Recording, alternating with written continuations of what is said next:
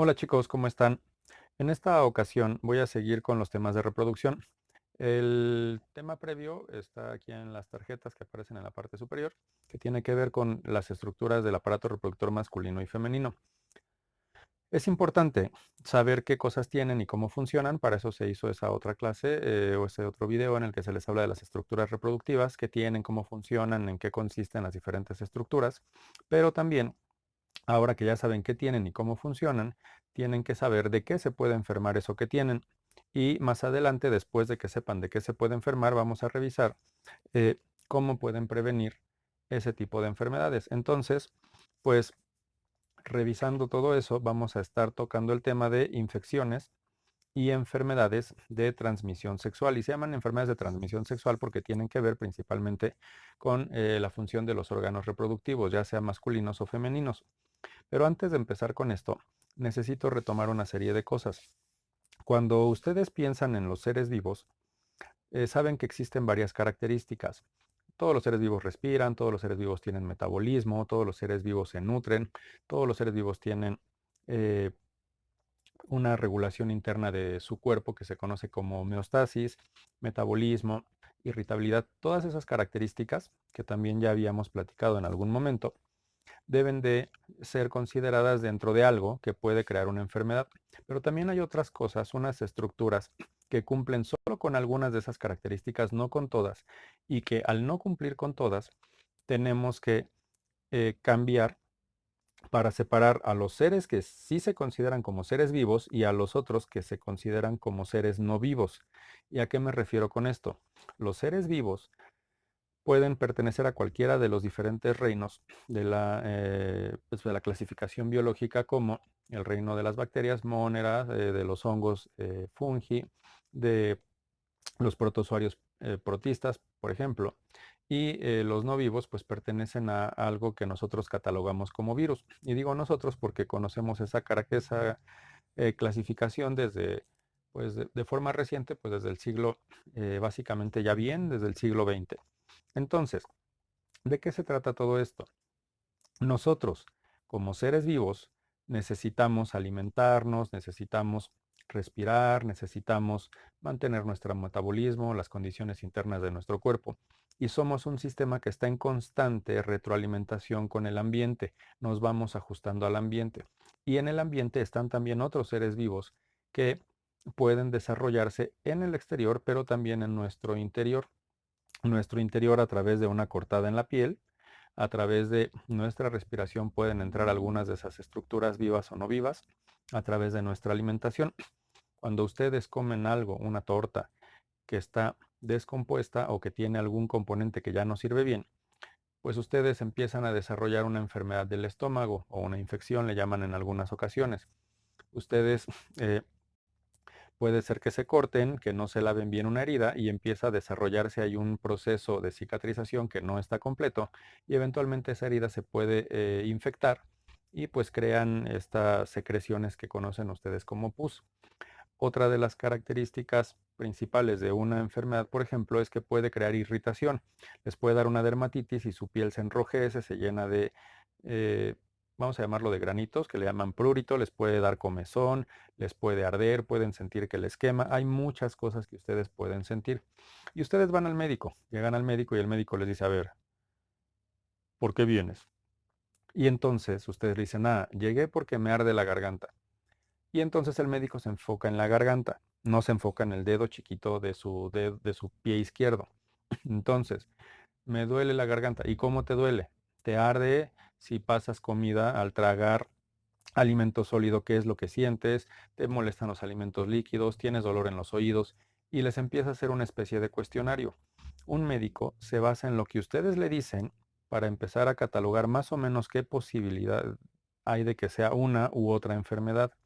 Después va a empezar a revisarlos. Pues les ardía la garganta, les va a decir, ok, con una lamparita quiero que abras la boca muy grande, ponen un abatelenguas, abatelenguas es porque baja la lengua para poder dar espacio a la visión, y entonces con la lámpara observa que ustedes tienen a lo mejor alguna mucosidad desarrollada por un proceso de infección bacteriana, o A lo mejor nada más tienen irritada la garganta o tienen inflamados unos ganglios. Puede estar revisando muchas cosas de forma visual. Y todo eso tiene que ver con lo que se conoce como signos y síntomas. ¿Qué es un síntoma? Es lo que el médico les preguntaba a ustedes. ¿Qué sientes? Ustedes tienen una sensación, eso de me arde, me duele, me causa comezón, cualquiera de esas cosas es lo que ustedes están sintiendo. Pero los signos es lo que está buscando físicamente o visualmente el médico, es lo que se está viendo. Está irritado, está ya cubierto por una capa blanquecina mi garganta y entonces tengo una infección bacteriana o una infección por algún otro tipo de cosas. El médico se va a fijar en esto. ¿Y por qué les estoy hablando de signos y síntomas? Porque resulta que de ahí se puede determinar todo esto. Nosotros indistintamente utilizamos el término infecciones y el término enfermedad. No son lo mismo, no los deberíamos de usar indistintamente, pero van relacionados. Cuando un ser vivo, como una bacteria, entra en mi cuerpo y se empieza a reproducir porque mi cuerpo no lo pudo detener, estoy en un proceso de infección, acaba de entrar a mi cuerpo y se está reproduciendo, pero mi cuerpo empieza a reaccionar y entonces cuando mi cuerpo reacciona y empieza a generar una serie de cosas que me molestan, empiezo a desarrollar ya lo que se conoce como una enfermedad. Entonces, si ustedes se infectan por un ser vivo, ese ser vivo entra, empieza a reproducirse en su interior, su cuerpo reacciona y desarrollan esa enfermedad. ¿Qué pasa con los virus? Pasa exactamente lo mismo. Un virus entra, un virus de la gripa, el virus de COVID, entra en ustedes en una fecha, tarda varios días en reproducirse y que su cuerpo no desarrolle toda esa serie de signos y de síntomas.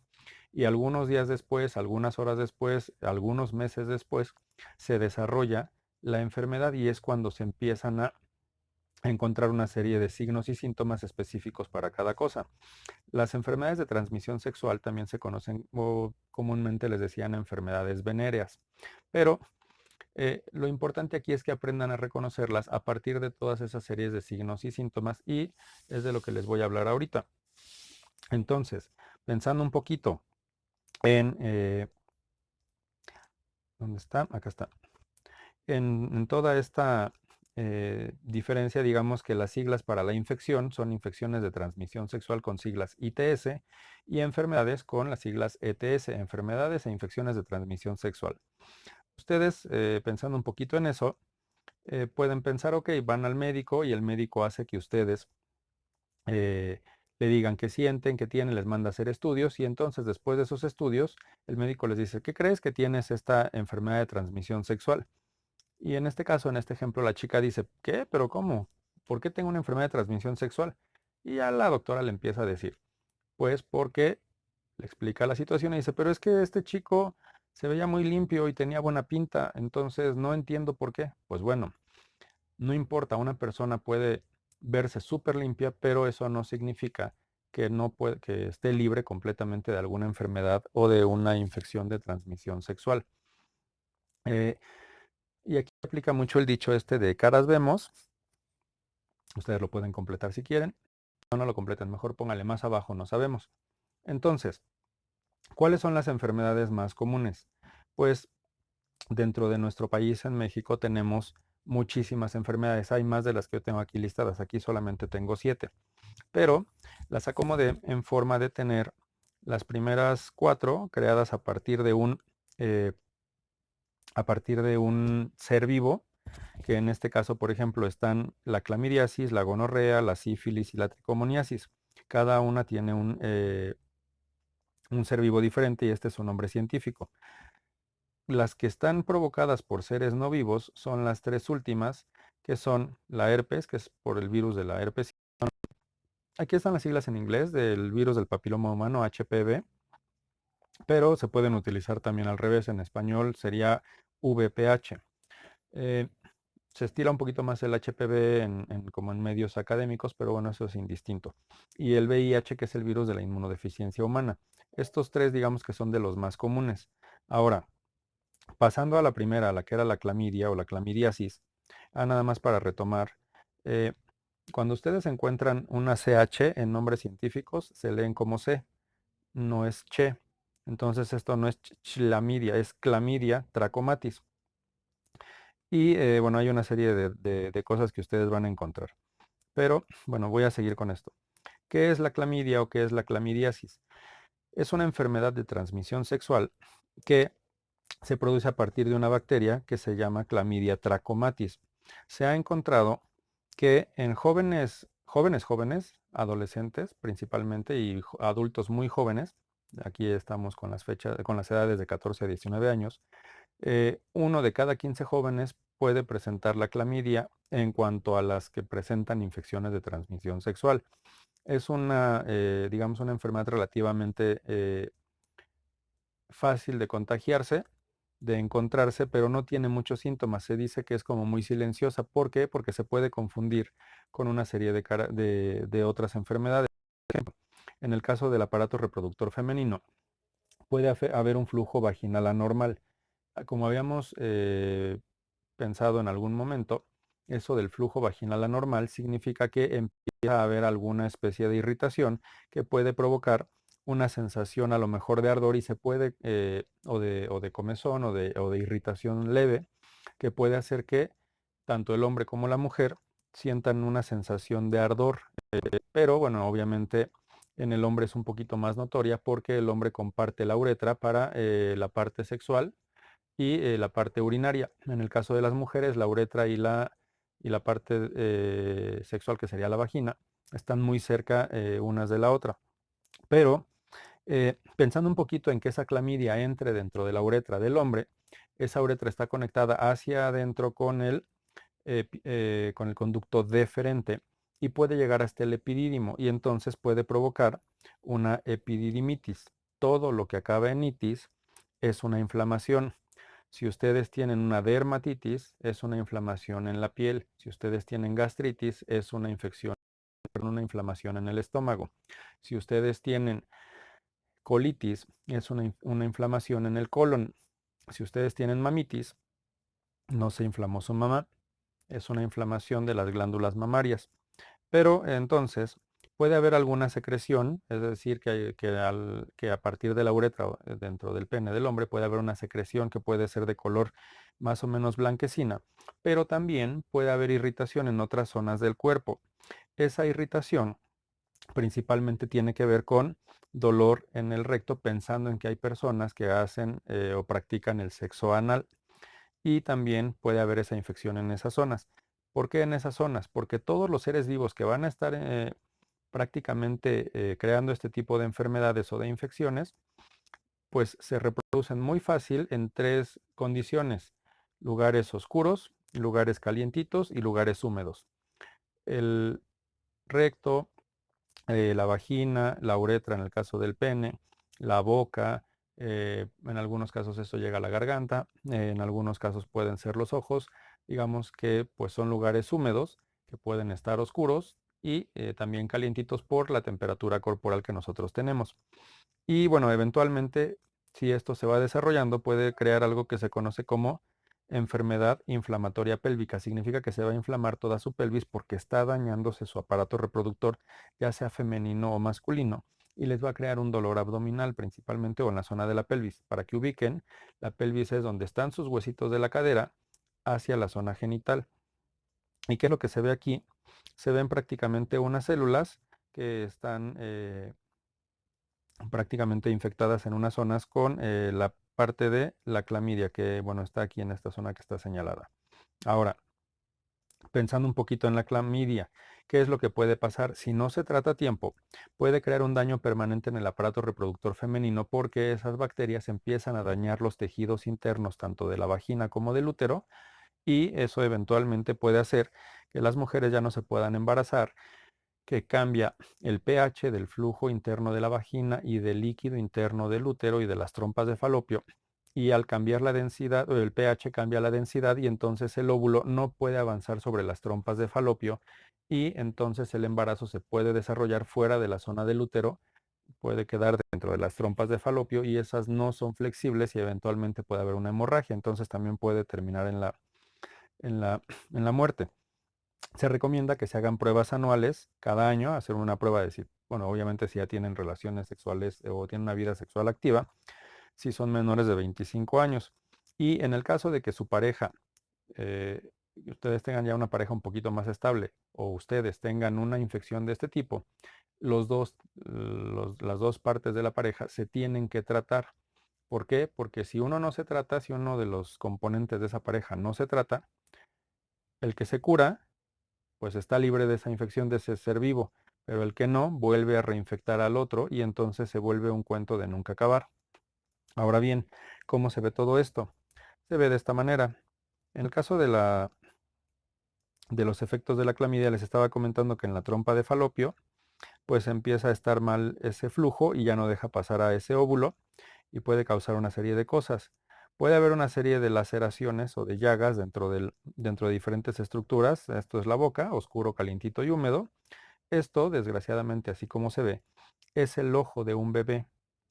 ¿Y por qué el ojo de un bebé recién nacido? Pues porque la mamá estaba infectada de clamidia en el momento del parto, fue un parto natural y pues el bebé se infectó cuando salió, entonces tiene que llevar un tratamiento para poder, digamos que tratarse. Y hay irritación en diferentes zonas del cuerpo. Ahora, eh, cambiando un poquito a otra de las enfermedades, está la gonorrea. La gonorrea es una enfermedad provocada por otro tipo de bacteria y es una bacteria bien bonita que se ve más o menos así. Digamos que son dos circulitos y cuando usted tiene una bacteria en forma de círculo o de canica, se le llama coco. Como esto tiene dos canicas o bueno, dos esferas conectadas una con la otra, se le llama diplo porque son dos, diplo, coco. Entonces, esta bacteria tiene el nombre de Neisseria gonorrhoeae y se las acerco para que lo puedan copiar. La bacteria de Neisseria gonorrhoeae es esa bacteria diplococo que les estaba yo mostrando y también va a desarrollarse en zonas húmedas de el aparato reproductor femenino, los conductos urinarios, igual que la clamidia, la boca, la garganta, los ojos y el ano. Son todos los que estamos comentando de oscuros, calientitos y húmedos. De los casos que se han encontrado de gonorrea, la gran mayoría de esos se dan en jóvenes de 15 a 24 años. ¿Por qué? Pues por la simple razón de que en general a esas edades cambian a veces un poquito más de pareja sexual o se dejan llevar un poquito más por las situaciones y no piensan tanto en las protecciones. Entonces, bueno, la gran mayoría de los casos tiene que ver, de todos los casos de gonorrea, porque también hay gonorrea en adultos todavía más grandes de 24 años, eh, pues de la gran mayoría de ellos se encuentran en ese intervalo de edad. Y pues, ¿por qué se transmite igual? Por relaciones sexuales orales, anales, vaginales, los fluidos corporales, aunque no haya eyaculación, hacen que se pueda transmitir esa bacteria. ¿Qué significa que puede ser recurrente? Que a pesar de que ustedes se curen, y lo mismo pasa con la clamidia o con otras enfermedades como la sífilis o la tricomoniasis, a pesar de que ustedes se curen con ese antibiótico, pueden estar repitiendo la enfermedad porque no son completamente inmunes a eso. Y esta es otra de las tomas de ese diplococo con esta serie de microvellosidades que están eh, extendidas. Son esos, digamos, como pelos de la membrana externa. Y aquí tenemos otras imágenes que están básicamente representando la zona donde está un proceso infeccioso de gonorrea. Aquí están estos puntitos rojos, que es donde se encuentra ese proceso infeccioso.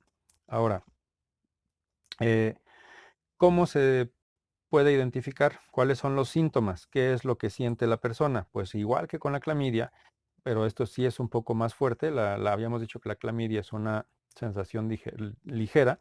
La gonorrea es una sensación de ardor al orinar.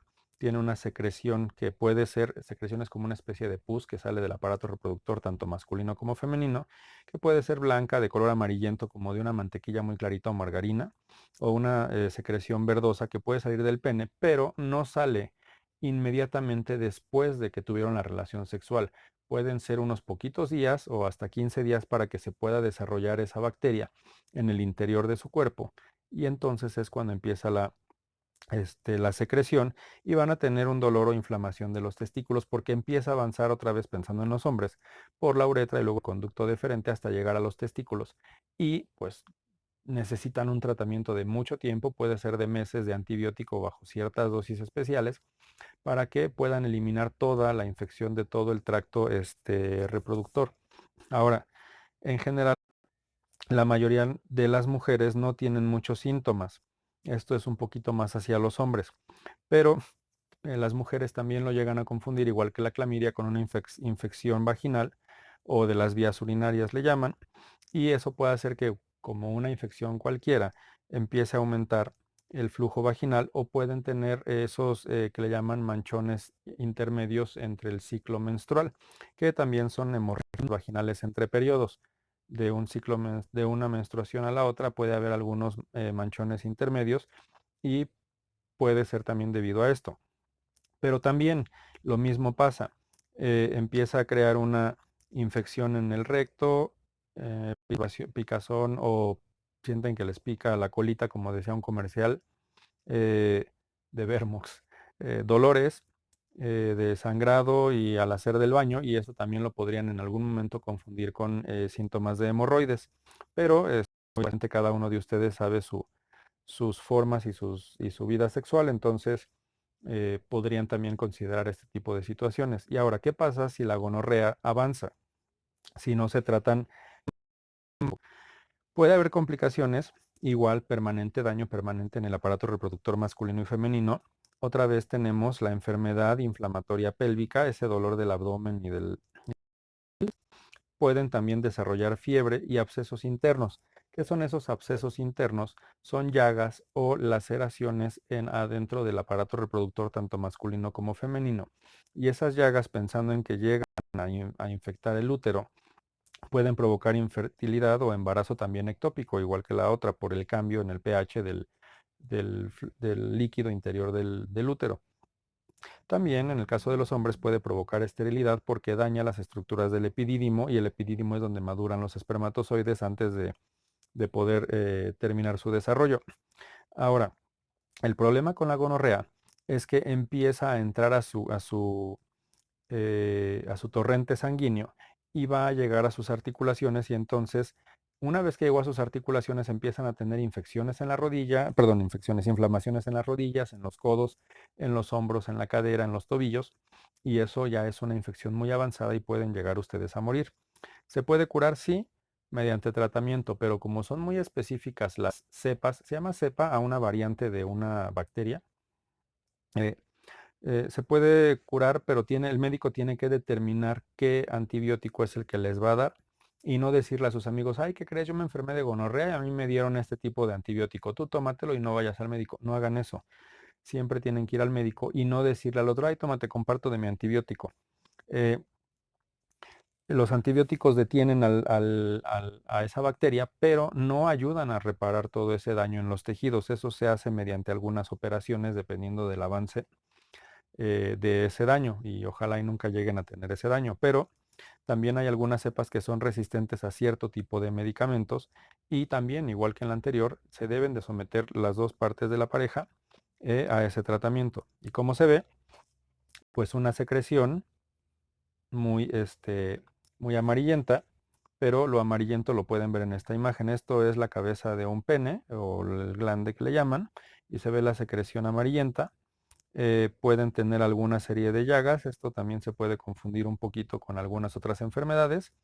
Y pensando un poquito en relaciones sexuales orales, o algunos otros daños ya dentro del tejido, se alcanzan pues a notar un montón de cosas feas o de daño. En el caso de las mujeres, pues es bien difícil encontrar imágenes, pero imagínense el aparato reproductor femenino con un flujo que viene desde el útero, que sale por el cérvix hacia la vagina, y tienen ese flujo que les puede crear esa comezón. Y aquí tal vez no se alcance a notar mucho, pero se pueden producir algunas de esas llagas internas que tienen que ser removidas y curadas mediante una operación ambulatoria, o de esas operaciones en las que entran y salen caminando prácticamente, que pueden ser molestas, seguramente sí. Y otra vez aquí algunas de las imágenes de microscopio, donde se puede ver al diplococo. Ustedes alcanzan a distinguir aquí a las dos bolitas, las dos bolitas, las dos bolitas, ¿no? Entonces, bueno, de ese coco. ¿Qué pasa con los siguientes? Tenemos a la sífilis. Sífilis, una bacteria súper bonita. ¿Qué les está diciendo esta imagen? Que esta bacteria les dice: te voy a volver loco. Se llama Treponema pallidum. Treponema porque tiene forma de sacacorchos. para cuando quieren destapar la sidra en Navidad y que tenga corcho. Eh, y pallidum porque se ve blanca o muy pálida en un microscopio de luz. Ahora, la sífilis se divide en varios tipos o en varias etapas.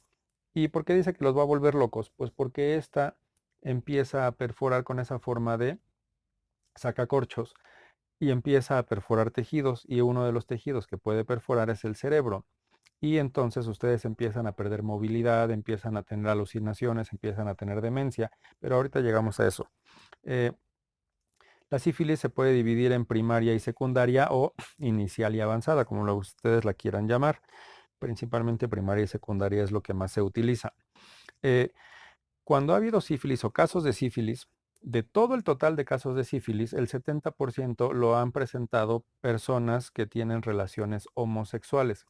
Y esto tiene que ver mucho con un proceso de intercambio de parejas o de, más bien no intercambio, de sustitución de pareja más frecuente que tienen las personas dentro de relaciones homosexuales, por estadística, que las personas que llevan sus relaciones heterosexuales. Es simplemente por cosas de, digamos que de comportamiento eh, de grupos poblacionales. Ahora, ¿cómo se transmite la sífilis? Por contacto directo con una úlcera. Es decir, si ustedes tienen una llaga que tiene sífilis y llegan y tocan esa llaga, pues se les queda la bacteria en la piel y esa bacteria empieza a formar una especie de movimiento de sacacorcho, anestesia su piel y ustedes no se van a dar cuenta y va a empezar a perforar hasta que se hace un absceso, se hace una llaga que se ve de color blanco, y a esa llaga ustedes la conocen por lo general con el nombre de chancro. Ahora, se infectan, tocan esa herida, pasa el tiempo y se tarda alrededor de 2 o 3 semanas en poder hacer esa perforación y a que aparezca esa úlcera sifilítica. En algunos casos no son 3 semanas, en algunos casos son 3 meses. Entonces es muy difícil en algunos sectores de la población identificar, pensando en que tengan una vida sexual demasiado activa y con muchas parejas, identificar quién fue o a partir de quién fue la infección. Entonces, eh, ¿qué es lo que sucede? Bueno, la bacteria se ve de esta manera. Aquí se ve cómo está perforando una capa de tejido. Viene aquí toda la estructura y ya perforó. Y está entrando en la piel o en algún músculo, no importa. Se ve de diferentes maneras. Aquí pueden ustedes verlo en un tipo de microscopio. Esta es una ilustración también a partir de otro tipo de microscopio, pero ya iluminadas por computadora. ¿Y cómo se ve? Pues, bueno, ¿cómo se siente? ¿Cuáles son los síntomas? La sífilis primaria aparece esa úlcera o varias úlceras en el exterior del pene. En el caso de la mujer serían en el interior de la vagina y no la pueden observar. Las mujeres es más difícil que se den cuenta porque aparte de todo, esa úlcera que les digo que la bacteria genera una especie de sensación perdón, de secreción como de anestesia, no les genera ninguna molestia. Ustedes simplemente la ven. Es más fácil que se haga un examen visual un hombre a que se lo haga una mujer. Entonces aparece la úlcera, que normalmente es firme, redonda, no duele y dura varias semanas, puede durar 3 semanas ahí.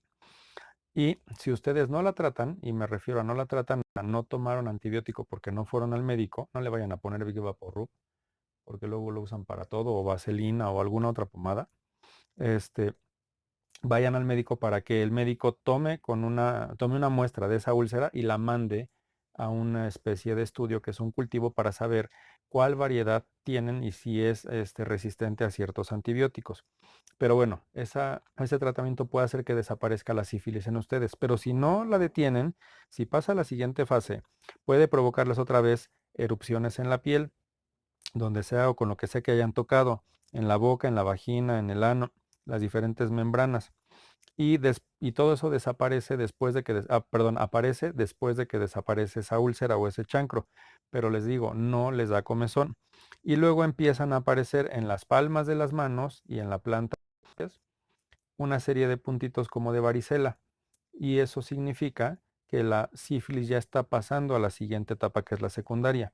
Y bueno, eso como se ve, pensando un poquito en una ilustración, esa úlcera se ve pues en alguna parte de la piel que haya tocado, y dentro de eso se va a encontrar la bacteria que se llama, les dije, Treponema pallidum.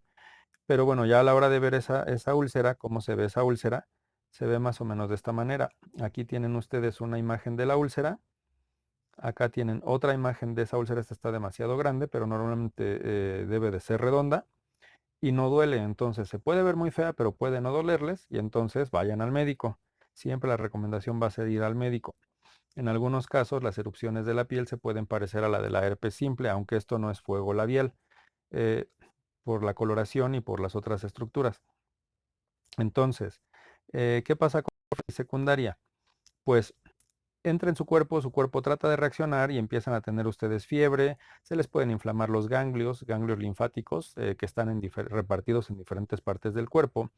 Igual les puede arder la garganta, porque cerca de la garganta también hay un montón de ganglios linfáticos. Se les puede caer el cabello, puede darles dolor de cabeza, pueden bajar mucho de peso, pueden tener dolores musculares o mucho cansancio.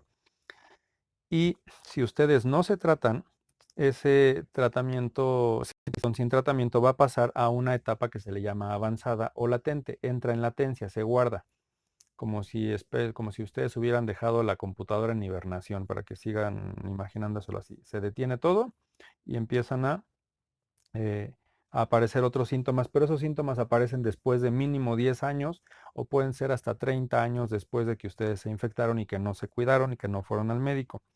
¿Y en qué consisten esos síntomas? Pues que entonces empiezan a tener dificultad para coordinar movimientos. Si yo quisiera agarrar este plumón, yo podría decir, ay, quiero agarrarlo, pero mi mano no da, me está temblando la mano, empiezo a tener, digamos que, entumecimiento en las manos, me empiezan a doler, empiezo a perder la vista y lo de la demencia que les decía. ¿Por qué? Porque empezó a viajar por la sangre y llegó a muchas partes del cuerpo y entró a sus músculos. El treponema va a empezar a perforar esos músculos y sus temblores y la falta de coordinación. Pero si llega a sus ojos, empieza a perforar los ojos y empiezan ustedes a perder la visión. Si llega a su cerebro, imagínense lo que pasa. Pasa exactamente lo mismo. Perfora su cerebro y su cerebro empieza a perder funciones cognitivas y entonces pueden quedar completamente locos. Hay muchos artistas de siglos pasados, artistas muy famosos que eran pintores, músicos, escultores, que dentro de su historia o dentro de su biografía ustedes pueden decir, murió con demencia, se murió loco. Pues es muy probable, y en algunas biografías sí lo mencionan, que se haya enfermado de sífilis. Y bueno, también hay pues estos daños, ¿no?, a las articulaciones, a los huesos, a los vasos sanguíneos y eventualmente se van a acabar muriendo. ¿Cómo se ven pensando un poquito en la secundaria, en la etapa secundaria, cómo se ven esos granitos tipo varicela? De esta manera, y les decía, no dan comezón. Eh, Aquí se ven en las manos esa especie como de sarpullido que sale. Esto es un seno donde ya se dañó también el tejido por una infección a partir de sífilis. Y esto es el pie, o sea, es decir, les estaba yo diciendo que puede afectar la piel. Y pensando un poquito más en eso, se detecta mediante pruebas de diferente tipo, pero hay pruebas de sangre y hay pruebas de cultivos. Solamente se detectan en cultivos si tienen la úlcera presente ahí. Si no, pueden detectarlo a partir de sangre y hay una serie de estudios que no son muy caros, pensando en algún tipo de estudios, pero tienen que sacarse la prueba para ver si tienen anticuerpos de sífilis de un tipo o de otro y bueno, el médico les dirá qué se tienen que hacer. Y se tiene que observar mediante el campo oscuro. Esto que está aquí es una toma de microscopio, pero la luz se desvió para que no entrara directamente la luz por el ocular, perdón, por el objetivo y llegar al ocular. Entra de forma desfasada y es la única manera de poder ver a ese treponema y por eso se ve de color blanco, por eso se le llama pallidum, porque solamente se ve con un tipo de iluminación que se llama de campo oscuro y el campo es toda esa parte de que normalmente tiene luz y se le llama campo oscuro porque digamos que el fondo ahora no tiene luz, lo que se ilumina son las estructuras que absorben o desvían la luz de su camino de cuando se desvió. Y entonces, como les decía, no utilicen remedios caseros, siempre vayan al médico y también, igual que con las anteriores, se infectan, se pueden curar mediante un antibiótico y un tratamiento específico, no es cualquier antibiótico ni un antibiótico de una sola dosis. En algunos casos sí es muy pronto, pero el médico se los dirá. Y se curaron, pero eso significa que también se pueden volver a infectar, también es recurrente. como son seres vivos, ustedes no se hacen inmunes a los otros seres vivos. Los otros seres vivos pueden volver a llegar a infectarlos a ustedes. Y aquí hay otro que a mí me parece un organismo muy bonito, es este que parece patas de pollo o pierna de pollo, que se llama este, tricomonas. La tricomonas, así en plural, su nombre es Tricomonas vaginalis. ¿Dónde creen que se encuentra? En el interior de la vagina. Y también puede estar en el interior del pene, dentro de la uretra, pero este es un protozoario, este es un organismo pluricelular. Los anteriores eran unicelulares, bacterias principalmente, ¿no? Unicelulares. Entonces, bueno, y protistas, como le quieran, perdón, procariontes, y estos ya son eucariontes. ¿Quiénes pueden tener la tricomonas?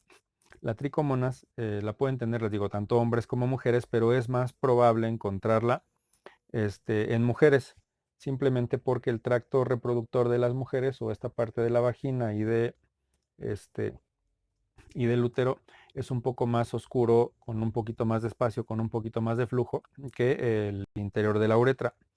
En las mujeres ustedes la pueden encontrar dentro de la vulva. Bueno, la vulva es esa parte externa que recubre sus órganos sexuales femeninos, la vagina y la uretra. La uretra es donde sale la orina y entonces también la pueden confundir con infección de las vías urinarias.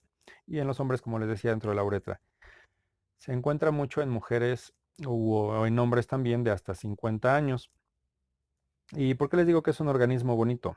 Pues porque tiene todo su cuerpo y tiene estas especies como de agujas con las que se va a anclar, va a quedarse clavado dentro de la piel del útero, dentro de la piel de la uretra y va a estar alimentándose. Y esta estructura curva que aparece aquí es una especie de holán. Ese holán es como móvil y genera una corriente que va a hacer que este organismo pueda nadar de un lado a otro y provoca la tricomoniasis. ¿Y cómo se ve o cómo se siente? Básicamente los síntomas. Igual produce una irritación leve que puede aparecer hasta un mes después de que se hayan infectado. Es variable, depende de qué tantos organismos hayan entrado a su cuerpo. Si entraron muchos, se va a manifestar más pronto, si entraron poquitos, se va a manifestar en más tiempo. Los síntomas pueden ir y venir porque su cuerpo, al ser un protozoario, puede tratar de controlarlo, pero normalmente el cuerpo no se da abasto y se ve rebasado y vuelven a aparecer otra vez los síntomas. Lo mismo, puede haber picazón o irritación dentro del pene, puede haber ardor al orinar, al eyacular, puede presentarse también un flujo a partir del pene y en el caso de las mujeres también puede haber ardor, enrojecimiento o dolor en la zona genital, molestias también al orinar porque les decía que está en la uretra y también pueden tener una secreción, una especie de flujo de un color medio blanquecino, amarillento o verdoso y lo pueden distinguir porque también cambia el aroma de, de esos flujos. Entonces, si ustedes no se tratan, esa infección puede durar muchos meses porque el organismo, al ser un protozoario y al ser un eucarionte, tiene más posibilidades de irse alimentando y de ir dañando al ir nadando y al irse anclando en diferentes partes del cuerpo, pues de ir generando diferentes úlceras y también puede provocar, si es que tuvieran un embarazo, que haya un parto prematuro o que haya una disminución en el peso del bebé y también se detecta mediante pruebas de laboratorio y algunos exudados vaginales, por ejemplo. ¿Y eso cómo se ve? De esta manera. Lo que ustedes ven aquí es el área genital de una mujer.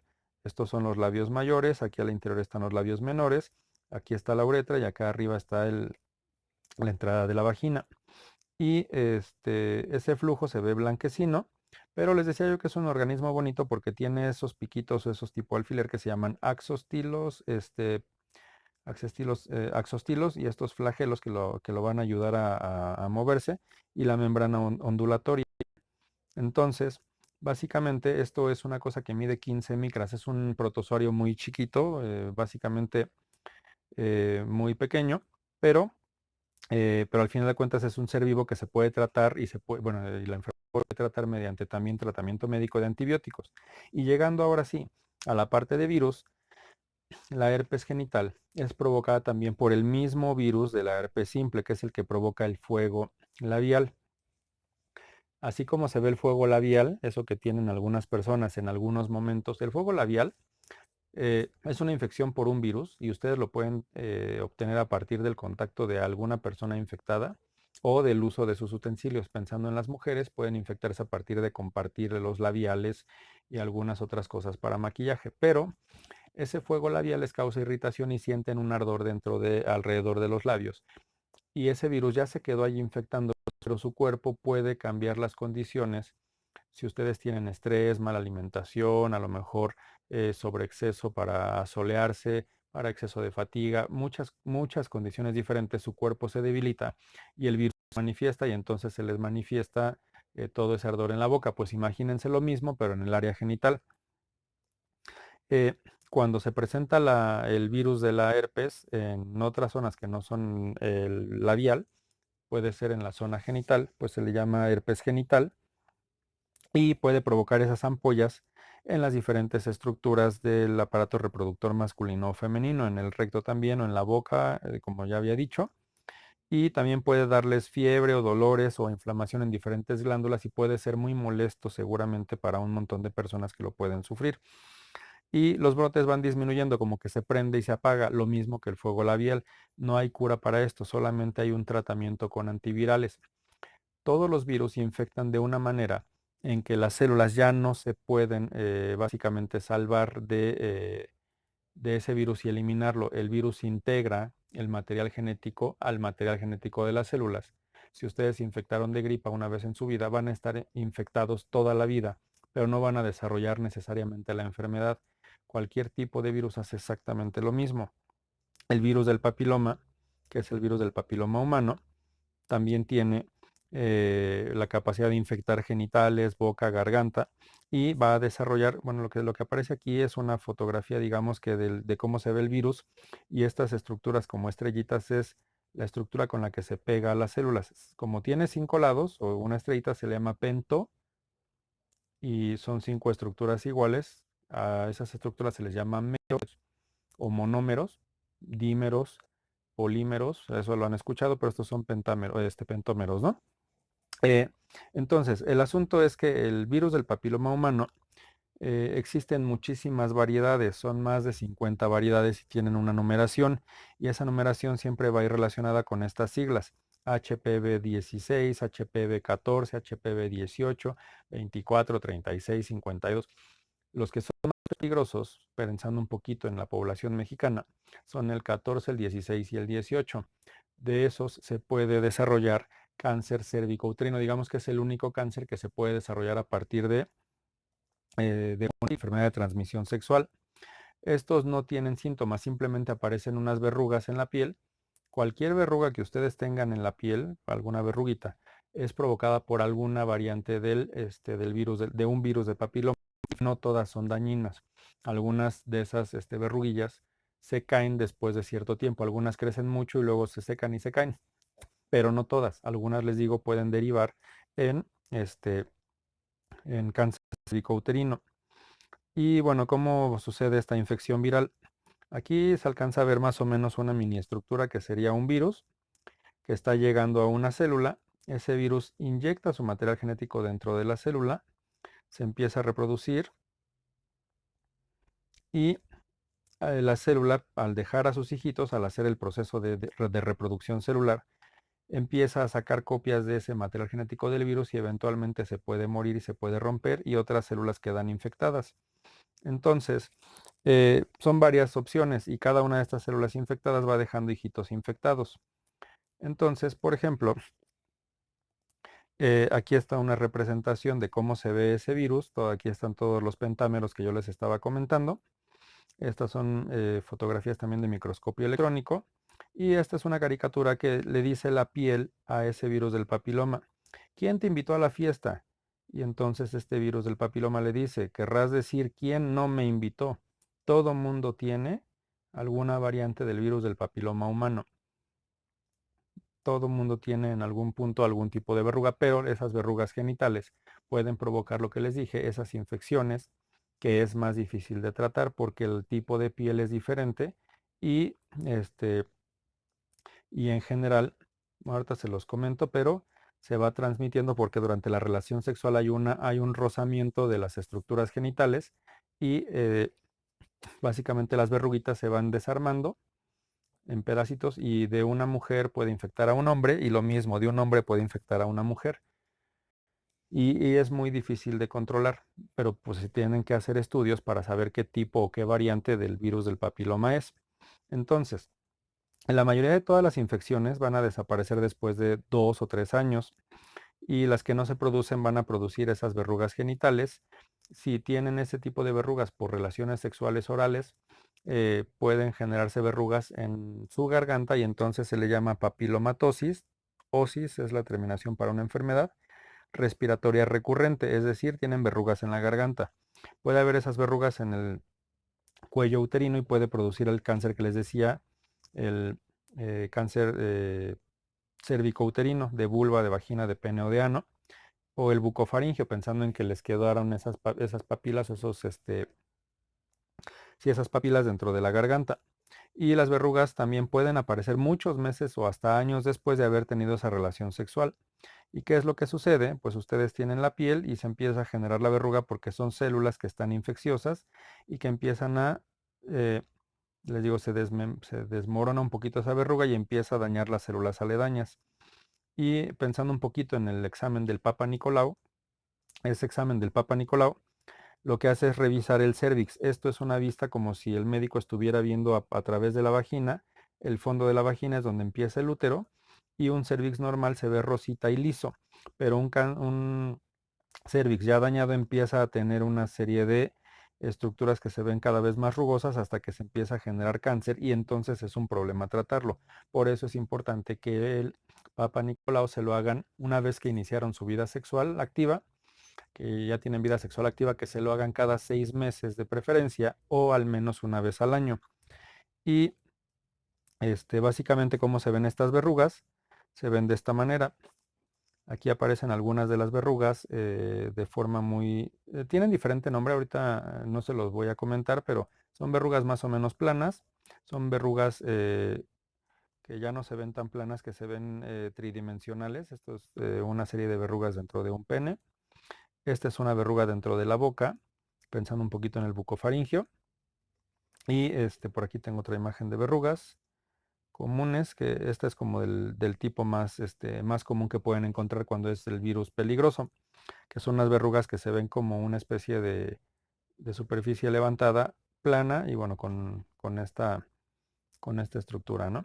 Entonces, ¿qué es lo que sucede pensando un poquito en esto que pues, no tampoco tiene tratamiento? En el caso de la piel, lo que hace un dermatólogo o un médico que va a tratar esto es quitar esa piel dañada, y entonces puede quitarlo y la piel puede sanar, y entonces digamos que para esto sí habría un tratamiento y sí se podrían curar, siempre y cuando no esté demasiado avanzado. Pero en el caso, por ejemplo, del de la herpes simple, en algunos casos del virus del papiloma, si no se detecta a tiempo y les produce cáncer, entonces digamos que pues el tratamiento va a ser mucho más agresivo. En el caso del VIH, del virus del SIDA, pues también es un virus bonito que tiene una cápsula con unas proteínas que van a permitir que se ancle a la célula que lo va a recibir. Y de forma muy general, este virus tiene adentro su material genético, va a llegar a infectar a la célula. Esta es la membrana de una célula, el interior, esta es la membrana del núcleo, digamos que todo esto oscuro es la célula.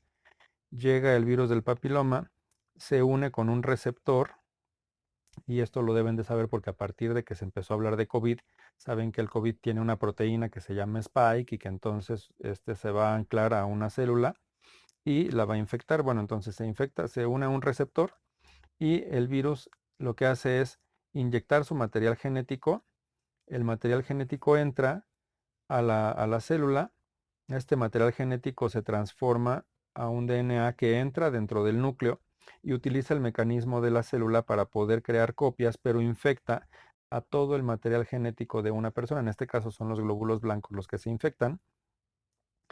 Los linfocitos T incluyen en el DNA de cada persona, se mete el genoma del virus, o se mete el ADN del virus, y cuando la célula se está reproduciendo en su proceso de mitosis o de metabolismo normal para mandar señales, está sacando copias del virus que salen del núcleo, llegan al retículo endoplásmico, al aparato de Golgi, se empiezan a formar nuevas estructuras, y después de cierto tiempo sale una nueva forma del virus y la célula se muere. Ese es el mecanismo general. Y bueno, les voy a poner déjenme ver dónde lo dejé, pero aquí está. Eh, Les voy a poner una animación. Está en inglés, pero se las voy a ir explicando. Es básicamente lo que les dije ahorita acerca este, acerca de la infección. Lo que está aquí es una membrana de la célula, aquí son unas proteínas y va a llegar un virus del VIH que va a empezar a unirse a estas proteínas. Es un retrovirus y básicamente lo que va a estar haciendo es se ancla, hace que se abra la membrana celular, inyecta el material genético, ese material genético en forma de una sola hebra es RNA, se va a hacer un proceso de lectura para hacer el DNA complementario, por eso tiene la C. Ese DNA complementario es manejado mediante el mecanismo de la célula para formar una hebra de DNA que entra dentro del núcleo de la célula y va a integrarse dentro de el ADN de esa célula y el mecanismo de fotocopias del cuerpo empieza a sacar copias y esas copias salen otra vez al citoplasma y del citoplasma se une a un ribosoma para poder empezar a formar proteínas y estas proteínas llegan hasta la membrana y empiezan a encapsular otra vez el nuevo material genético y se forma un nuevo virus a partir del mecanismo de la célula. Esto que acabo de ver ahorita es exactamente lo mismo que les expliqué, nada más que de forma, en forma de video. Y bueno, ahora sí, ¿cuáles son las recomendaciones que se tienen para este tipo de enfermedades?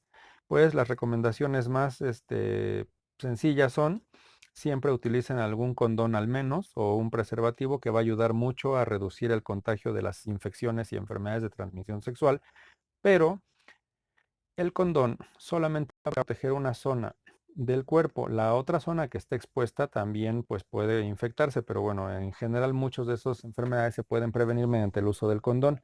Y la manera más segura de no tener contacto es no tener relación de enfermedades de transmisión sexual, es no tener relaciones sexuales o mantener una relación estable con una sola pareja y que esa pareja se haya hecho pruebas. A partir de aquí se dice, pues me vas a dar la prueba de amor, ¿sí? Pues ok, ve a los laboratorios, hazte una prueba de enfermedades de transmisión sexual y una vez que me enseñes esa prueba, yo puedo considerar que podemos mantener una relación sexual entre tú y yo. Esa sería una verdadera prueba de amor. Entonces, pues tengan ustedes amor hacia ustedes mismos, aprendan a cuidarse y ya con esto ustedes saben qué o de qué se puede enfermar cada una de sus estructuras y ahora sí, para más adelante poder revisar qué es lo que pueden hacer para que eso no se enferme. ¿Ok? Entonces, bueno, pues que tengan un buen día y pues nos estamos viendo. Acuérdense de si quieren dejar un comentario para alguna duda, lo pueden poner aquí o pueden comunicarse a través de cualquiera de los otros medios de comunicación que tenemos. Que tengan muy buen día. Nos vemos después.